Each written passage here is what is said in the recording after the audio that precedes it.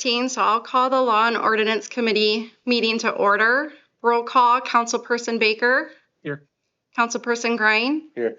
Councilperson Mendoza here as well, all present. I'll entertain a motion to approve the previous committee video meeting minutes. So moved.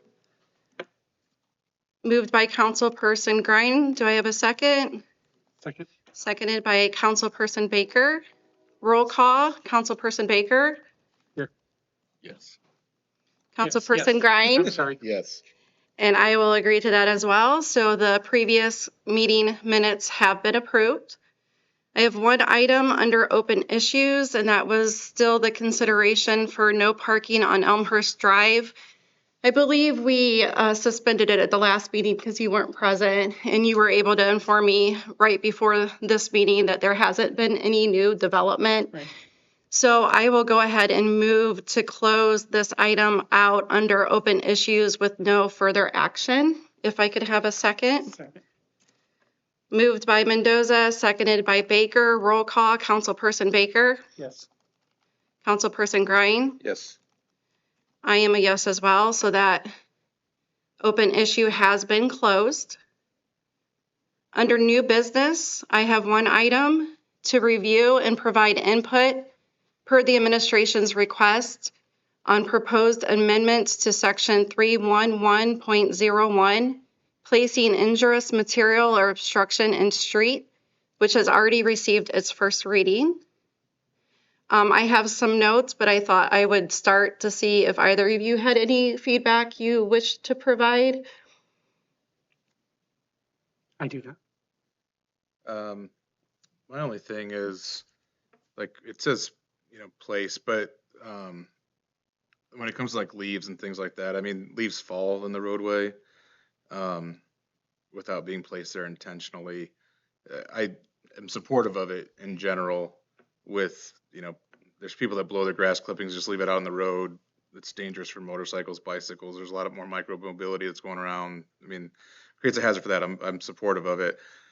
My only concern is with the wording being like super vague. When leaves just fall, if leaves fall from my tree and they're in the roadway, this would seem, to state that I'm responsible for that, which I guess I am. So maybe I don't have an opposition, I guess. I think it's more like around the timing, I guess, and are we going to get flooded with complaints? Is it going to get flooded with complaints from neighbors or whatever because someone isn't cleaning up their leaves or things that just happen to fall into the street? I just wonder if there's a way to, I don't know, quantify it or word it So in I such a way. appreciate that feedback, and I had the same thought. I wrote that I think that subsection could benefit from additional language to more clearly distinguish between the other subsections, which involve dangerous and intentional acts, whereas this provision is more situational.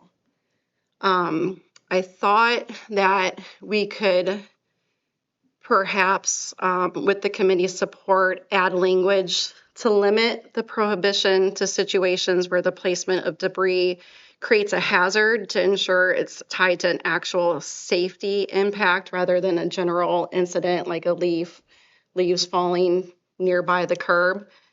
So I think we were on the same page as far as making sure that the intention is clear. And I would like to ask Stephanie if we can include this additional language to maybe combat our concern, which would be just adding, let me see if I could find it here.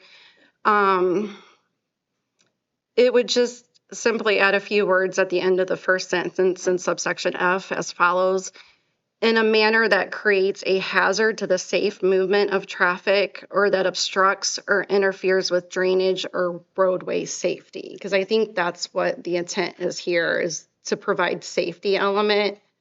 And then that would kind of clearly define whether or not if leaves happen to be there, if they're up against the curb, they're not really causing any dangerous driving situations. We wouldn't want to have numerous complaints, frivolous complaints in that regard. Does that make sense? It does.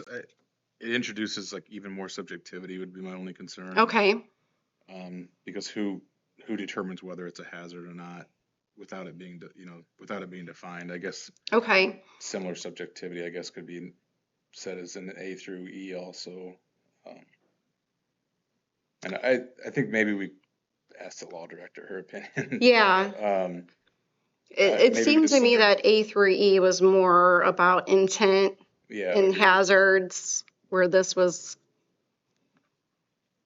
a little less involved, and I like that the penalty matched the nature of the conduct. I'm really glad that we had added a section specifically for subsection F as far as the penalty is concerned. It was very fitting in that regard.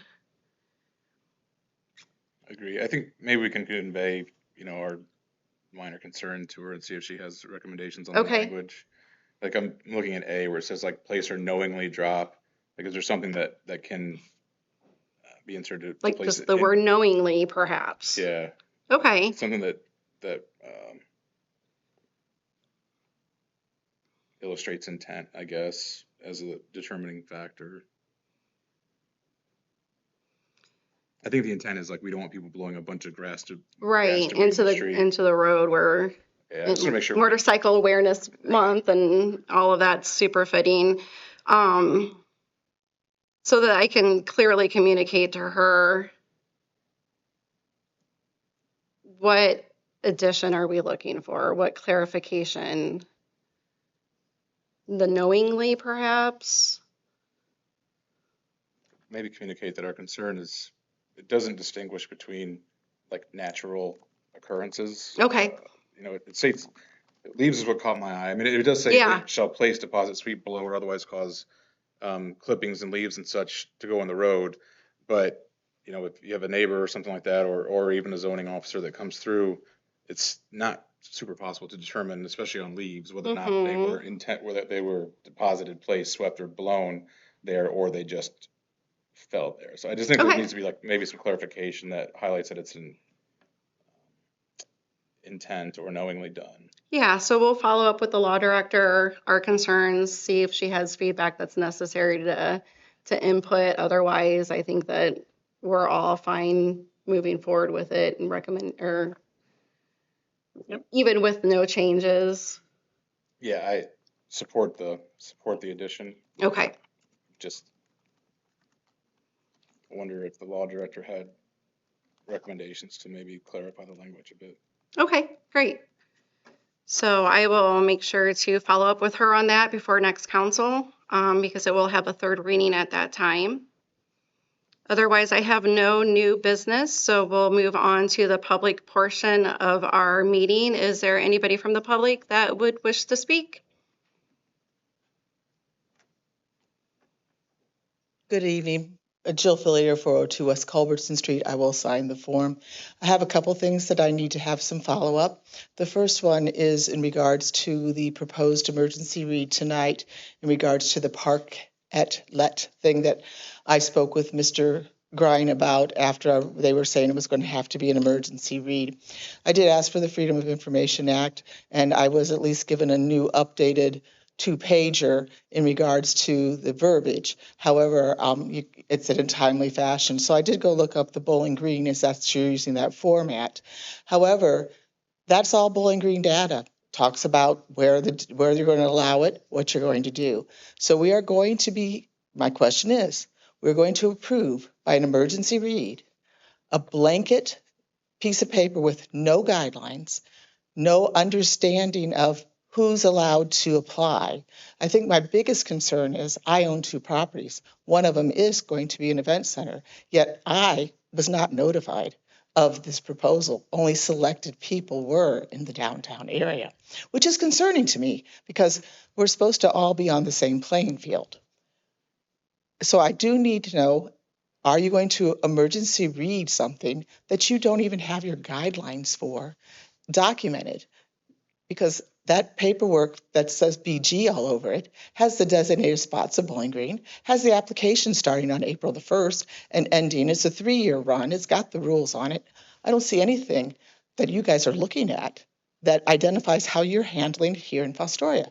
Is it a feasible idea? Yeah, do it right. Make sure we have the guidelines, make sure we know, and make sure you're including whoever in that sector is going to be allotted to have that 2-space potential for the additional use in their sidewalk area for the summertime. The other issue I have is we are in the midst of a wonderful project called, I don't know the name of the company that's putting those cables in. I have a concern. As a concerned citizen, on this past week, they came onto my property without notifying me. I do not have a curb because the city took the curb off and asphalted it all the way down our pike. So I have a sidewalk and then my personal property. Without any notification, they dug a 4-foot by 2-foot hole in front of my properties, stuck the cables in, and then put metal circle discs in my front yard. I did speak with Jeff and Joe, because I was very upset. They're saying that they legally have right of way. Well, there is an ordinance in the city ordinance that says on the front what is allowed and on the sides what is allowed. And they need to read it. That's all I'm going to say. Even though they have looked under their thing, they told me there wasn't one, but there is one on the front property lines. That being said, it got put in. Nothing I can do about it. I think what upsets me the most is there was no notification, no telling us what's going on. And they're saying that we were notified. Unfortunately, everybody down my street wasn't notified, and the person that I talked with next door to me wasn't notified. We got a mailing saying, look forward to it coming, do it so you can use it. On Monday, after the 2 gentlemen came in the morning to measure to tell me that, they left.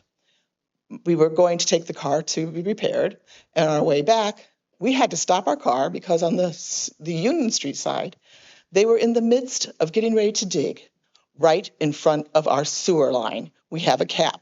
Sewer lines were never marked. We had to get a supervisor involved.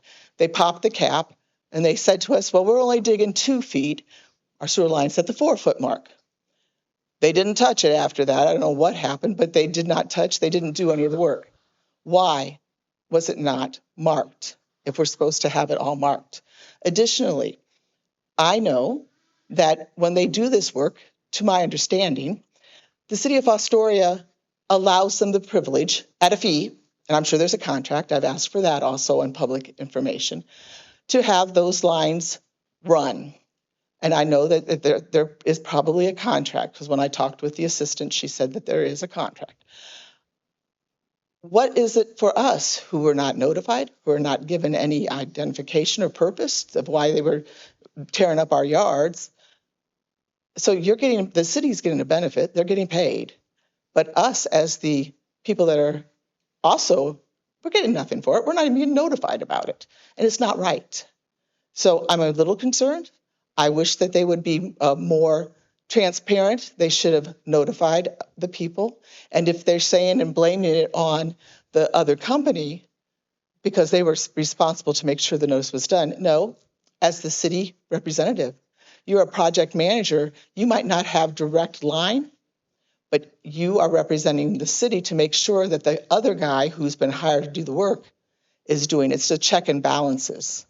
And so I'm very frustrated with it. I would like somebody to research this and find out exactly what happened. I am not the only one. My one neighbor said that I know you're doing multiples. You're doing the tree restoration. But what they don't understand is that one of the neighbors on Maple Street watched the guys cut the root system in a tree across the street to go underneath to find the cables. Well, you know what happens when root systems are taken out on a tree? The tree will eventually what? Die.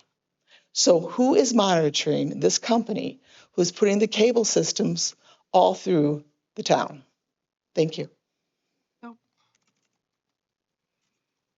Is there anybody else from the public that would wish to speak? Seeing none, I'll move on to miscellaneous portion of our meeting. I have none. I do not have any. Seeing none, I'll entertain a motion to adjourn. So moved. Second. Motion by Baker to adjourn, second by Grine. Roll call, Councilperson Baker, Yes. Councilperson Grine. Yes. I am a yes as well. The Law and Ordinance Committee meeting has adjourned at 5:30.